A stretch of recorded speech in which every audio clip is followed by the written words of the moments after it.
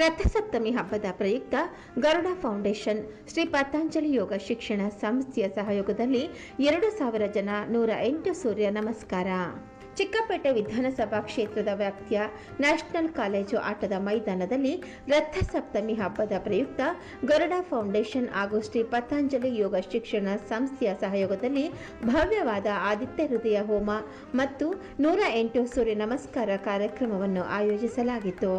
ಶಾಸಕರಾದ ಉದಯ್ ಬಿ ಗರುಡಾಚಾರ್ ಅವರ ನೇತೃತ್ವದಲ್ಲಿ ನಡೆದ ಈ ಯೋಗೋತ್ಸವದಲ್ಲಿ ಶಾಸಕರಾದ ಸಿ.ಕೆ. ರಾಮಮೂರ್ತಿ, ಗರುಡ ಫೌಂಡೇಶನ್ನ ಸಂಸ್ಥಾಪಕಿ ಶ್ರೀಮತಿ ಮೇದಿನಿ ಗರುಡಾಚಾರ್, ಪಾಲಿಕೆ ಮಾಜಿ ಸದಸ್ಯರಾದ ಧನ್ರಾಜ್ ಸೇರಿದಂತೆ ಹಲವಾರು ಗಣ್ಯರು ಭಾಗವಹಿಸಿದ್ದರು. ಸುಮಾರು 2 ರಿಂದ 3 ಸಾವಿರ ಯೋಗಪಟುಗಳು ಉತ್ಸಾಹದಿಂದ 108 ಸೂರ್ಯ ನಮಸ್ಕಾರದಲ್ಲಿ ಪಾಲ್ಗೊಂಡು ಕಾರ್ಯಕ್ರಮಕ್ಕೆ ವಿಶೇಷ ಮೆರುಗು ನೀಡಿದರು. ಕಾರ್ಯಕ್ರಮದಲ್ಲಿ ಮಾತನಾಡಿದ ಶಾಸಕರಾದ ಉದಯ್ ಬಿ ಗರುಡಾಚಾರ್ ಅವರು, ರೋಗಮುಕ್ತ ಮತ್ತು ಆರೋಗ್ಯಕರ ಸಮಾಜ ನಿರ್ಮಾಣವೇ ಈ ಯೋಗ ಕಾರ್ಯಕ್ರಮದ ಮುಖ್ಯ ಉದ್ದೇಶ. ಯೋಗ ನಮ್ಮ ಜೀವನದ ಅವಿಭಾಜ್ಯ ಅಂಗವಾಗಬೇಕು. ನಗರ ಜೀವನದ ಒತ್ತಡದ ನಡುವೆ ಪ್ರತಿಯೊಬ್ಬರು ದಿನಕ್ಕೆ ಕನಿಷ್ಠ 1 ಗಂಟೆ ಯೋಗ, ಧ್ಯಾನ, ಆಧ್ಯಾತ್ಮ ಮತ್ತು ವಾಕಿಂಗ್ಗೆ ಮೀಸಲಿಟ್ಟರೆ ಉತ್ತಮ ಆರೋಗ್ಯ ಕಾಪಾಡಿಕೊಳ್ಳಲು ಸಾಧ್ಯ ಎಂದು ಹೇಳಿದರು. ಇದೇ ಸಂದರ್ಭದಲ್ಲಿ ಮಾತನಾಡಿದ ಶಾಸಕರಾದ ಸಿ.ಕೆ. ರಾಮಮೂರ್ತಿ ಅವರು, ಪ್ರಧಾನಮಂತ್ರಿ ನರೇಂದ್ರ ಮೋದಿಜಿ ಅವರ ಪ್ರಯತ್ನದಿಂದ ಯೋಗ ಇಂದು ವಿಶ್ವ ಮಟ್ಟದಲ್ಲಿ ಗುರುತಿಸಿಕೊಂಡಿದೆ. ಪ್ರತಿದಿನ ಯೋಗ, ಪ್ರಾಣಾಯಾಮ, ಧ್ಯಾನ ಮತ್ತು ವಾಕಿಂಗ್ ಮಾಡುವುದರಿಂದ ದೇಹ ಸದೃಢವಾಗಿದ್ದು ಮಾನಸಿಕ ನೆಮ್ಮದಿ ದೊರೆಯುತ್ತದೆ ಎಂದು ತಿಳಿಸಿದರು. ರಥಸಪ್ತಮಿ ಹಬ್ಬದ ಅಂಗವಾಗಿ ನಡೆದ ಈ ಯೋಗೋತ್ಸವವು ಆರೋಗ್ಯ ಜಾಗೃತಿ ಮೂಡಿಸುವಲ್ಲಿ ಮಹತ್ವದ ಪಾತ್ರ ವಹಿಸಿತು ಎಂದು ಭಾಗವಹಿಸಿದ್ದ ಯೋಗಪಟುಗಳು ಅಭಿಪ್ರಾಯಪಟ್ಟರು. ನಮ್ಮಲ್ಲಿ ಒಂದು ಬಹಳ ವಿಶಿಷ್ಟವಾದ ಒಂದು ರಥಸಪ್ತಮಿ ಅಂತ ಹೇಳ್ತೀವಲ್ಲ, ಆ ಒಂದು ಇದು ನಡೀತಾ ಇದೆ ಇವತ್ತು.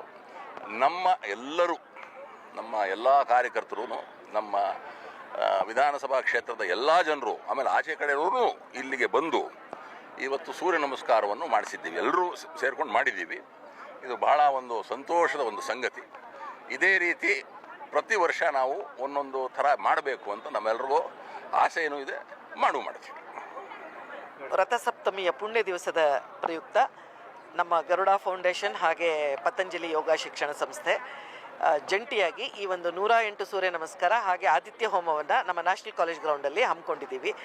ಇಲ್ಲಿ ನೋಡ್ಬೋದು ತಾವು, ಸಾವಿರಾರು ಜನ ಇದರಲ್ಲಿ ಭಾಗವಹಿಸ್ತಾ ಇದ್ದಾರೆ. ಹೆಣ್ಮಕ್ಳಿರ್ಬೋದು, ಶಾಲಾ ಕಾಲೇಜು ಮಕ್ಕಳಿರ್ಬೋದು, ಹಾಗೆ ನಮ್ಮ ಕಾರ್ಯಕರ್ತರು ಇರ್ಬೋದು.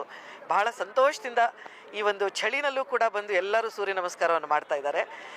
ಸೂರ್ಯ ತನ್ನ ಪಥವನ್ನು ಬದಲಿಸ್ತಾನೆ ಅಂತ ಹೇಳ್ತಾರೆ ಇವತ್ತು. ಅಂದರೆ ಚಳಿಯೆಲ್ಲ ಹೋಗಿ ಮತ್ತೆ ನಾವು ಉತ್ತರಾಯಣಕ್ಕೆ ಕಾಲಿಡ್ತಾ ಇದ್ದೀವಿ.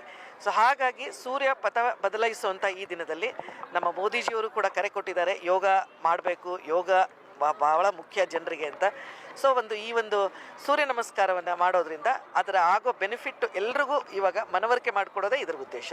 ಸೊ ಹಾಗಾಗಿ ಎಲ್ಲರೂ ಅತ್ಯಂತ ಶ್ರದ್ಧೆಯಿಂದ ಮಾಡ್ತಾ ಇದ್ದಾರೆ.